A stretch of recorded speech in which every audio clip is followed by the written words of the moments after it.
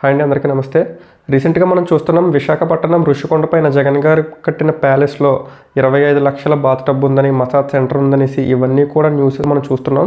అయితే ఈ సంఘటన మీద వైసీపీ వాళ్ళు ఇచ్చిన క్లారిఫికేషన్ ఏంటంటే, ఇది ఒక గవర్నమెంట్ బంగ్లా. విశాఖపట్నాన్ని రాజధానిగా చేసిన తర్వాత ప్రెసిడెంట్లు, ప్రైమ్ మినిస్టర్లు, గవర్నర్లు వస్తే వాళ్ళని అకామిడేట్ చేయడం కోసం ఎంత లావిష్ బిల్డింగ్ కట్టామని అయితే వైసీపీ వాళ్ళు చెప్తున్నారు.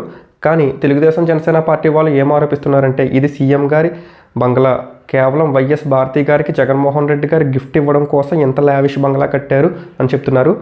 అయితే ఈ బంగ్లాలో ఉన్న స్పెషాలిటీస్ ఏంటి, అసలు ఎంత లావిష్గా ఏమున్నాయి, ఏకంగా 500 కోట్ల రూపాయల బంగ్లా అని చెప్తున్నారు. అయితే ఇందులో ఏమున్నాయో ఒకసారి చూద్దాం. ఇందులో మొత్తం 17 గెస్ట్ హౌస్లు ఉన్నాయంటండి. మొత్తం 7 బ్లాక్స్ ఉన్నాయి, ఒక 6 సెమినార్ హాల్స్ ఉన్నాయి. ఇందులో బ్లాక్స్ పేర్లు కూడా ఒక రాజుల పేర్లు వెంగి 1, వెంగి 2, విజయనగర 1, విజయనగర 2, గజపతి, కళింగ ఇలాంటి పేర్లు అనేది పెట్టారు.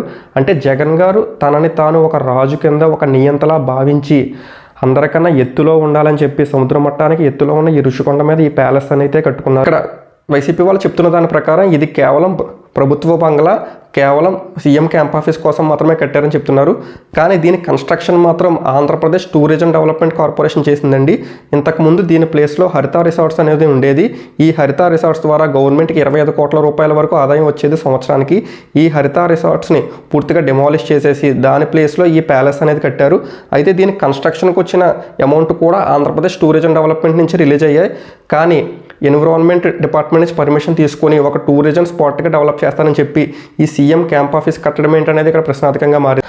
అయితే వైసీపీ ప్రభుత్వం గడిచిన ఈ 5 సంవత్సరాలలో ఫీజు రియంబర్స్మెంట్ బకాయిలు కానీ, ఆరోగ్యశ్రీ బకాయిలు కానీ, పోలవరం ప్రాజెక్టు పనుల పూర్తి కానీ, రోడ్ల విస్తరణ కానీ వీటన్నిటికీ కూడా బడ్జెట్ లేదు అని చెప్పుకుంటూ వచ్చింది. మరి బడ్జెట్ లేని ఈ లోటు బడ్జెట్లో ఈ విలాసవంతమైన బంగ్లాని ఏ విధంగా కట్టారనేది ఇప్పుడు ప్రశ్నార్థకంగా మారింది. అయితే ఇప్పుడు ఈ విలాసవంతమైన ప్యాలెస్ని టీడీపీ, జనసేన, బీజేపీ ప్రభుత్వాలు ఏం చేస్తాయి అన్నది మనం త్వరలో తెలుసుకుందాం. Thank you.